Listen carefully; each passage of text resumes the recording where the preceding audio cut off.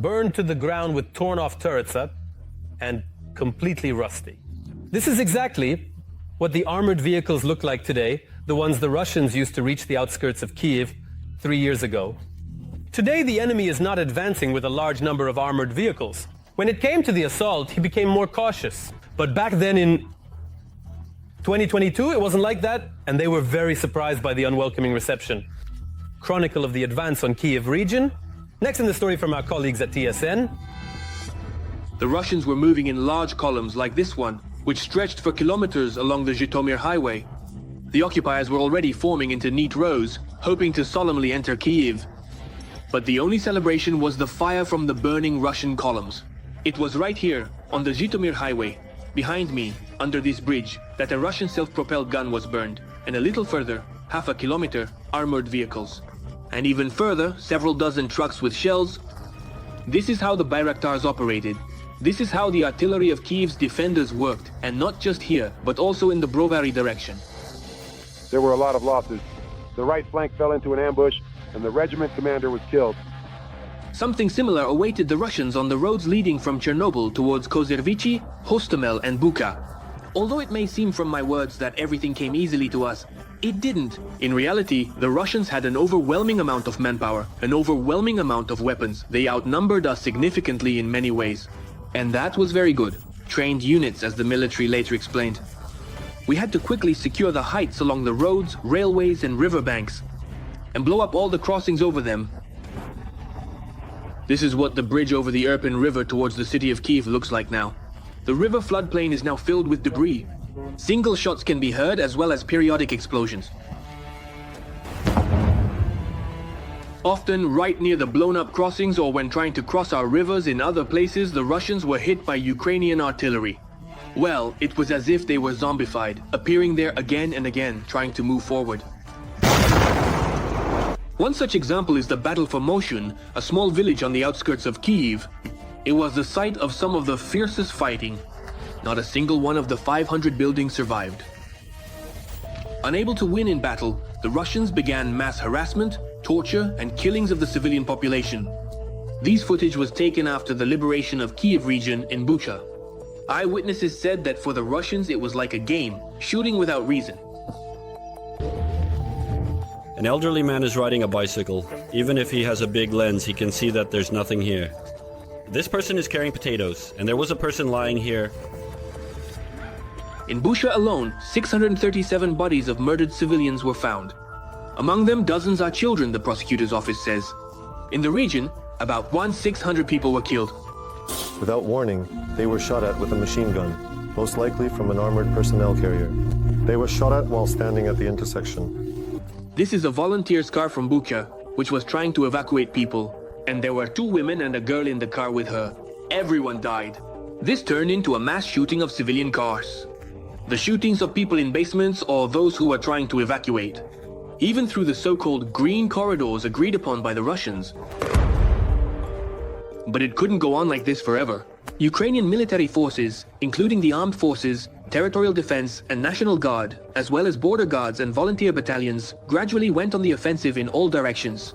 Moshchun, Irpin, Brovary and dozens of other villages and towns.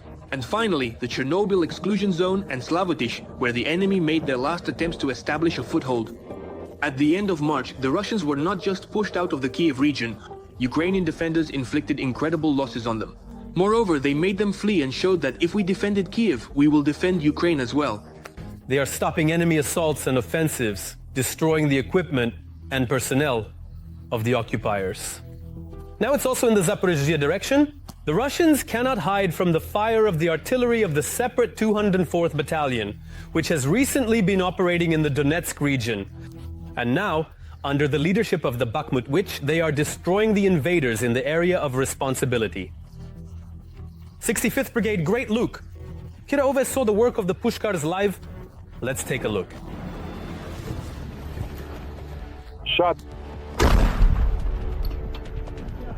This is combat work. The crew of the D-20 howitzer commanded by 22-year-old Iskra. We just destroyed the enemy's mortar. We are destroying the enemy's firepower that is trying to inflict damage on our infantry. Also launch points. We are destroying possible footholds for the enemy's advance. At 19, at the beginning of the full-scale invasion, Iskra joined the army. At first she was in the infantry and then she became a sniper. And now she commands an artillery platoon even though her parents tried to dissuade her from serving in the armed forces. We were nervous at first, but then we had to accept it. We went together with some family members. I won't specify who and how. Before the rotation to the Zaporizhia direction in the fall of last year, near Velika Novosilka, the artillerymen of the 204th Battalion managed to stop 89 storming Russians. Under the command of the 241st Separate Territorial Defense Brigade, this column was destroyed by the artillery group. It was indeed a mechanized assault that was planned to break through the front line. So there was a large number of personnel who were supposed to parachute in and start carrying out assault actions. We had 2 months of continuous assaults. It was incredibly difficult, both psychologically and morally. In the Zaporizhzhia direction, thanks to the competent actions of the defense forces, the situation here is quite stable. But there is a lot of tension because when there is a stable section of the front, you need to understand that there is always a high risk of assault actions in that area. 80% of the enemy's losses are inflicted by joint fire support. The gods of war are equipped with various types of artillery. However, as the Bakhmut witch says, it's not so much the weapon that matters, but the people who know how to use it. Using artillery can be compared to artillery. This tool is incredibly easy to use and is designed to effectively reduce and eliminate obstacles. Artillery units. They are very important and have a serious impact during combat operations. Effective. The occupiers' artillery is assisted by drones that detect the enemy. This is so that we can more effectively use our artillery to hit the enemy and prevent them from breaking through our defense line.